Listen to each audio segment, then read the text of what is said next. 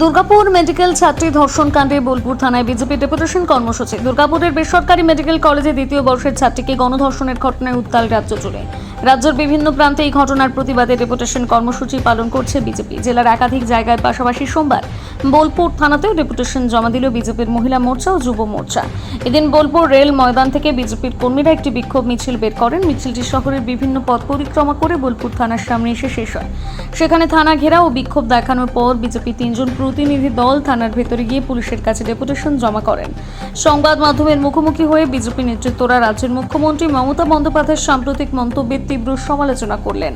তারা কি বললেন শোনাচ্ছি।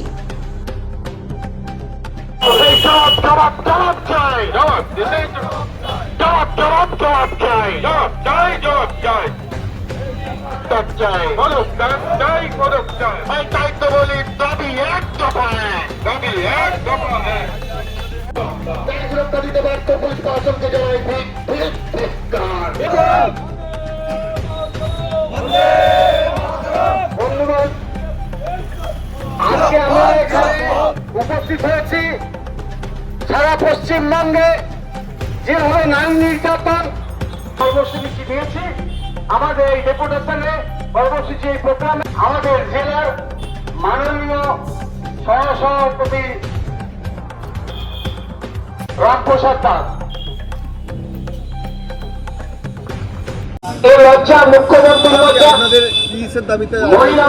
আমাদের মহিলা সুরক্ষার দাবি চাই।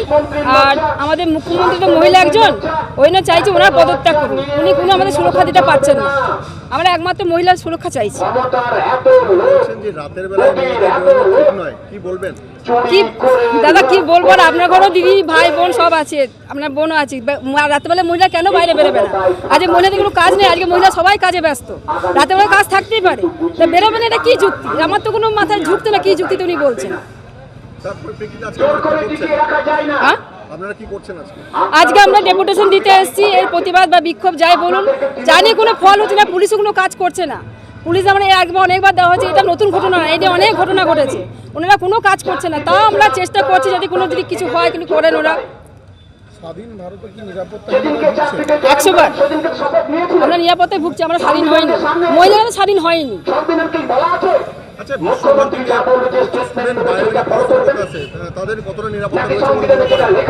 তাদেরও নিরাপত্তা নাই কেন? এখানে দেখুন আমাদের নাম করবো না, অনেক জায়গায় ড্রাগের নেশার ব্যবসা চলছে।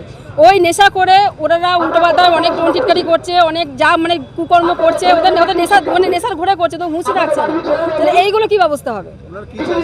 আমরা চাইছি দিদি আমাদের যে মুখ্যমন্ত্রী আছেন উনি পদত্যাগ করুন, উনি ছেড়ে দিন দায়িত্ব। আমরা আমাদের ব্যবস্থা আমরা করে নেবো। আমরা মহিলা সুরক্ষা দিতে পারি না, আমরা দেখে নেব।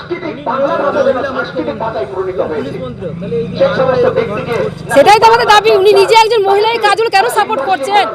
এটাই আমাদের দাবি। উনি সাপোর্ট কেন করছেন? কেন প্রতিবাদ করছেন না? কেন বলছেন রাতেবেলা মহিলারা বেরোবে না? আমার নাম কবিতা সাউ, আমি বোলপুর নগর মন্ডলের ভাইস প্রেসিডেন্ট। আজকে গোটা পশ্চিমবাংলা জুড়ে এই কর্মসূচি চলছে। গত পরশুদিন যে দুর্ঘটনা ঘটেছে দুর্গাপুরে একটি বেসরকারি মেডিকেল কলেজে, যেখানে একটি পড়ুয়া, ডাক্তারি পড়ুয়া, একটি বোন উড়িষ্যার, সে এখানে পড়াশুনো করতে এসছে, ডাক্তারি পড়ছে।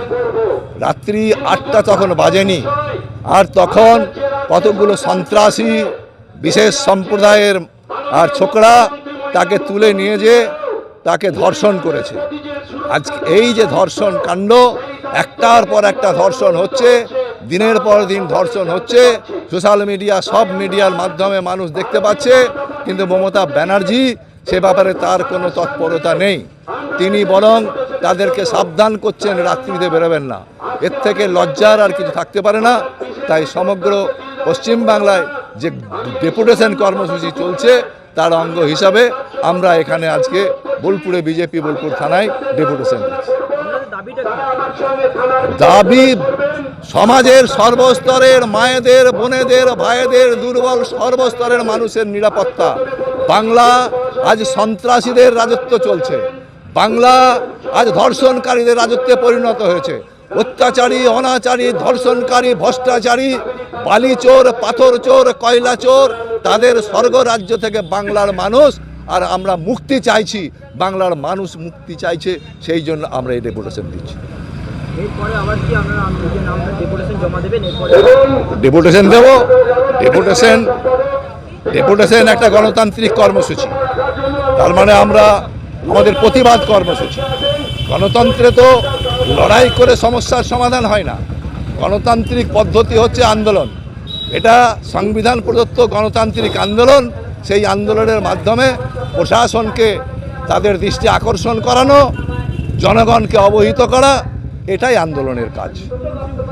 কি একটা কথা বলেছেন যে বাংলার মেয়েদের যে রাত্রে আসার এই কথা কি বলবেন? এই বিষয়টাই তো বললাম, তার মানে উনি ব্যর্থ হয়েছেন। উনি ব্যর্থ বলে দিলেন যে আমি নিরাপত্তা দিতে ব্যর্থ, আপনার রাত্রিতে বেরোবেন না। তার তো থাকা উচিত নয় পুলিশ মন্ত্রী বা মুখ্যমন্ত্রীর পদে। মহিলা মুখ্যমন্ত্রী, একজন মহিলা মুখ্যমন্ত্রী হয়ে মহিলাদের নিরাপত্তা দিতে পারবেন না, রাত্রিবেলায় মহিলারা বেরোবে না, এই কথার মানে তিনি সারেন্ডার করছেন যে আমি নিরাপত্তা দিতে ব্যর্থ। তাহলে ওনার থাকার কোনো অধিকার ওই পদে নাই।